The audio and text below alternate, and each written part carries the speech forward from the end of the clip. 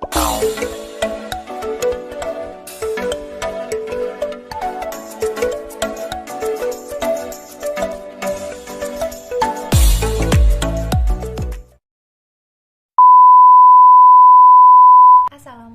warahmatullahi wabarakatuh. Nama saya Ati Harifiana dengan NIM 2011010100028. Di sini saya akan menjelaskan mengenai hakikat materi pembelajaran PAI. Sebelum melanjutkan pembahasan mengenai hakikat materi pembelajaran PAI, saya akan menjelaskan mengenai pengertian pembelajaran dan pendidikan agama Islam. Pembelajaran yakni suatu peranan pendidik terhadap peserta didik agar peserta didik belajar dengan mencapai tujuan pendidikan.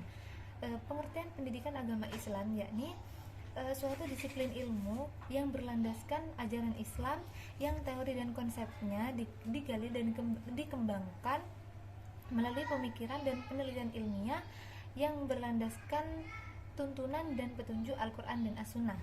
Jadi di sini dapat disimpulkan bahwa pembelajaran pendidikan agama Islam yakni suatu upaya yang dilakukan oleh pendidik terhadap peserta didik agar mereka mau belajar, butuh belajar, dapat belajar dan tertarik belajar mengenai agama Islam baik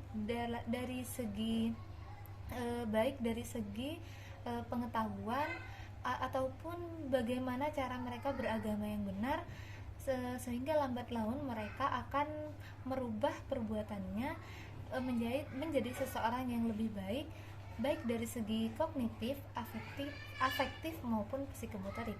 Mungkin itu saja yang dapat saya jelaskan, kurang lebihnya mohon maaf. Terima kasih. Wassalamualaikum warahmatullahi wabarakatuh. Bismillahirrahmanirrahim. Assalamualaikum warahmatullahi wabarakatuh.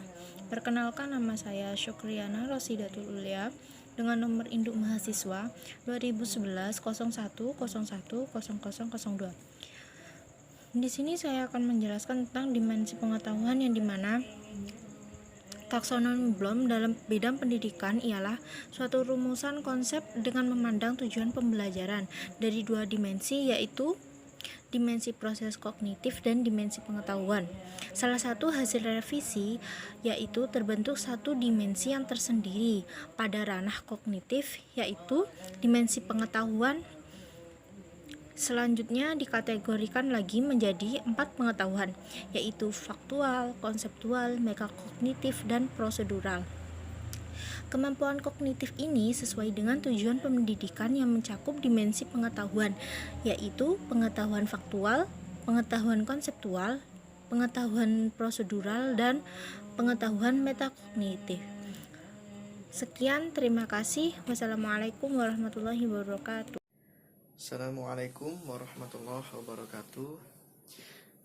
Perkenalkan, nama saya Fakhrul Razi dengan NIM 202101010007. Di sini saya akan sedikit menjelaskan tentang pengetahuan faktual. Pengetahuan faktual itu meliputi elemen-elemen dasar yang para ahli gunakan dalam menyampaikan, memahami, dan mengatur ilmu akademis secara sistematis. Pengetahuan faktual berisi elemen-elemen dasar yang harus diketahui siswa jika mereka akan dikenalkan dengan suatu disiplin atau untuk memecahkan masalah apapun di dalamnya. Yang kedua yaitu pengetahuan konseptual. Pengetahuan konseptual adalah pengetahuan yang berisi banyak hubungan atau jaringan ide, seperti yang dikatakan oleh Effandi, Norazah, dan Sabri. Pengetahuan konseptual menjadi dasar struktur suatu masalah yang dihubungkan dengan rangkaian ide yang mampu menerangkan dan memberi makna pada prosedur yang digunakan. Yang ketiga yaitu pengetahuan prosedural. Pengetahuan prosedural adalah pengetahuan tentang tata cara melakukan sesuatu. Melakukan sesuatu ini berarti mengerjakan latihan rutin sampai menyelesaikan masalah-masalah baru. Pengetahuan prosedural seringkali berupa rangkaian langkah yang harus diikuti. Pengetahuan ini mencakup pengetahuan keterampilan, algoritma, teknik, dan metode yang semuanya yang disebut sebagai prosedur. Dan yang keempat yaitu pengetahuan metakognitif. Secara umum, metakognitif adalah berpikir tentang berpikir. Secara khusus, metakognitif adalah suatu apresiasi dari apa yang baru saja diketahuinya, bersama dengan kepandaiannya dalam pengetahuan tugas dan kemampuannya yang dikombinasikan atau dihubungkan dengan kemampuan untuk membuat suatu kesimpulan tentang bagaimana menggunakan strategi pengetahuan dalam situasi nyata dan melakukan yang tepat. Nah, jadi pengetahuan metakognisi ini adalah pengetahuan mengenai kesadaran secara umum. Secara umum sama halnya dengan pengetahuan tentang kesadaran pribadi seseorang. Mungkin cukup itu dari saya. Saya mohon maaf apabila ada kekurangan. Assalamualaikum warahmatullahi wabarakatuh. Baik, perkenalkan nama saya Awaliatul Mufidah dengan nomor induk mahasiswa 2011 010 10 001. Saya di sini akan menjelaskan tentang pengorganisasian materi pembelajaran. Nah, langsung saja. Menurut Hasibuan, pengorganisasian merupakan suatu proses penentuan, pengelompokan, dan pengaturan bermacam-macam aktivitas yang diperlukan untuk mencapai tujuan.